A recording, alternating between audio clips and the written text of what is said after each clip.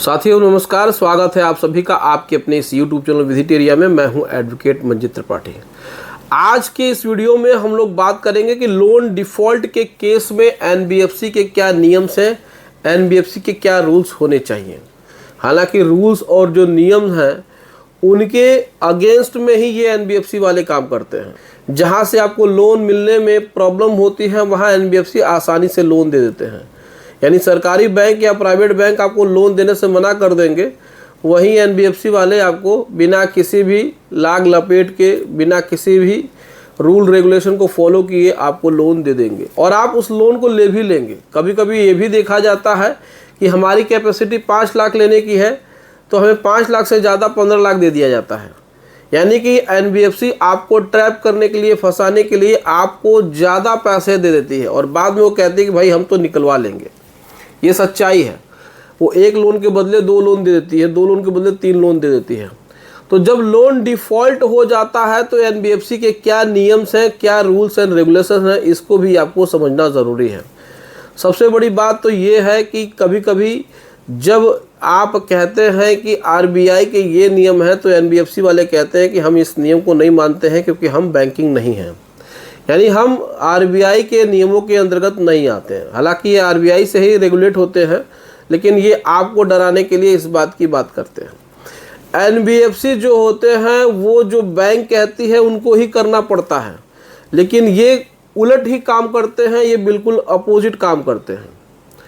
ये आपको इतना परेशान कर देंगे, इतना हैरान परेशान कर देंगे, इतना हरासमेंट कर देंगे जो बैंकिंग नियमों के विरुद्ध है।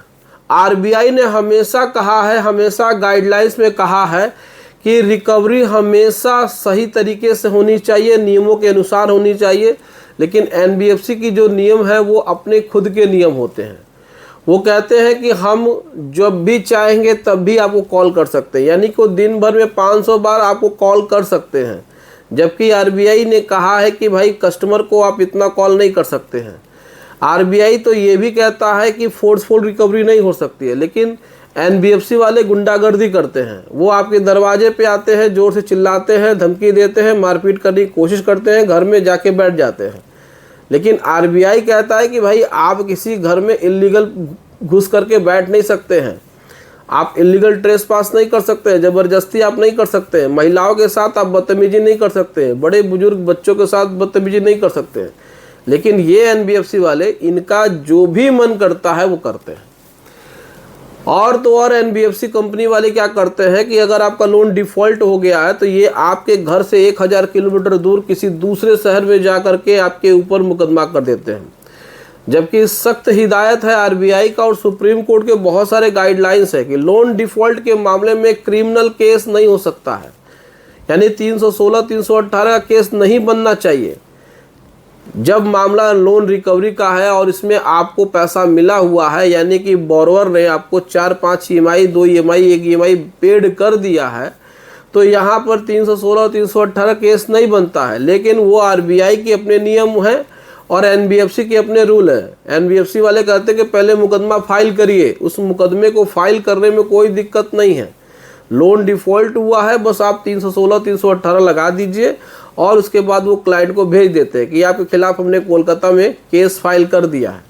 अब वो केस फाइल का नाम सुनते ही फिर वो डर जाते हैं और उसके बाद फिर वो उनसे जैसे जैसे एनबीएफसी कहती है वैसे वैसे इस चीज़ को वो मानते हैं और उतना पैसा वो देते जाते हैं। हालांकि ये सही नहीं है, ऐसा बिल्कुल भी नहीं होना चाहिए, लेकिन ऐसी प्रैक्टिस है, ऐसी चीज़ें हो रही हैं। आपने भी देखा होगा कि आपके द्वारा या फिर आपके फ्रेंड के द्वारा या आपके रिश्तेदारों के द्वारा इस प्रकार की बातें आपको बताई गई होंगी, आपको महसूस हुआ होगा। तो एनबीएफसी के रूल्स यही होते हैं, लेकिन जो वास्तव में जो बैंकिंग जो रूल्स होते हैं वो बिल्कुल अलग होते हैं। अगर आपने रिकवरी एजेंट को अपॉइंट किया है तो पहले आप उसका अच्छी तरीके से टेस्ट लेंगे। क्या वो पढ़ा लिखा है, क्या उसकी भाषा सही है, क्या वो सही तरीके से आचरण करता है, क्या वो सही तरीके से बिहेव करता है, क्या वो सही तरीके से कस्टमर के घर पे जाता है, विजिट करता है, सही तरीके से नोटिस को रिकॉल कराता है, चला आता है। नोटिस रिकॉल कराना ही होता है, ईएमआई रिकॉल कराना होता है। दरवाजे पे आएंगे, आपसे डिटेल लेंगे और फिर वो आपको नोटिस देकर फिर चले आएंगे। लेकिन यहाँ पर तो ये होता है कि झुंड में जाएंगे और वहाँ पे बोरोवर के दरवाजे पे वहाँ पे चिल्लम चिल्ली करेंगे, वहाँ पे उसको चिल्लाएंगे, पब्लिकली इसको डिफेम करेंगे और उसको आस पड़ोस में जा कर के बताएंगे कि ये लोन लिया हुआ है, पैसा नहीं दे रहा है, और आपको एकदम सामाजिक रूप से बेइज्जत कर देंगे। तो ये NBFC के नियम्स होते हैं। और तो और ये आपको दुनिया भर के लीगल नोटिस भेजने लगते हैं, एक एडवोकेट के बाद दूसरे एडवोकेट से, दूसरे एडवोकेट के बाद तीसरे, तीसरे के बाद चौथे, आपको 10-15 लीगल नोटिस ये आपको भेज करके मानसिक रूप से परेशान कर देंगे और ये आपके दरवाजे पे रोज़ चले जाएंगे। जबकि ऐसा नहीं है, एक बार नोटिस को रिकॉल इन्होंने करा दिया, नोटिस भिजवा दिया, चले गए, विजिट चले गए, लेकिन 1 महीने में 2 बार से ज़्यादा विजिट नहीं होना चाहिए।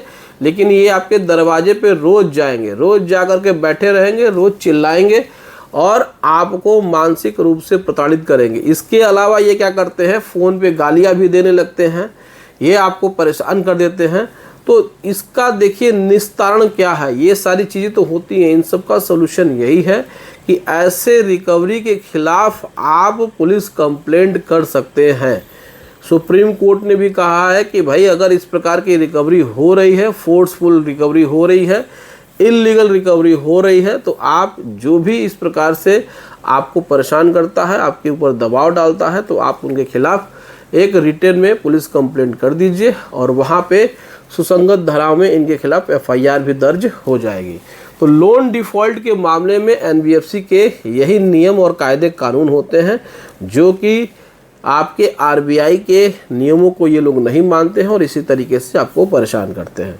तो अगर आपके साथ भी इस प्रकार की कोई परेशानी, कोई दिक्कत हो रही है तो बिल्कुल भी डरिए नहीं, इसका कंप्लेंट ज़रूर करिए। चलिए मिलते हैं नेक्स्ट वीडियो में। Thank you so much. जय हिंद दोस्तों।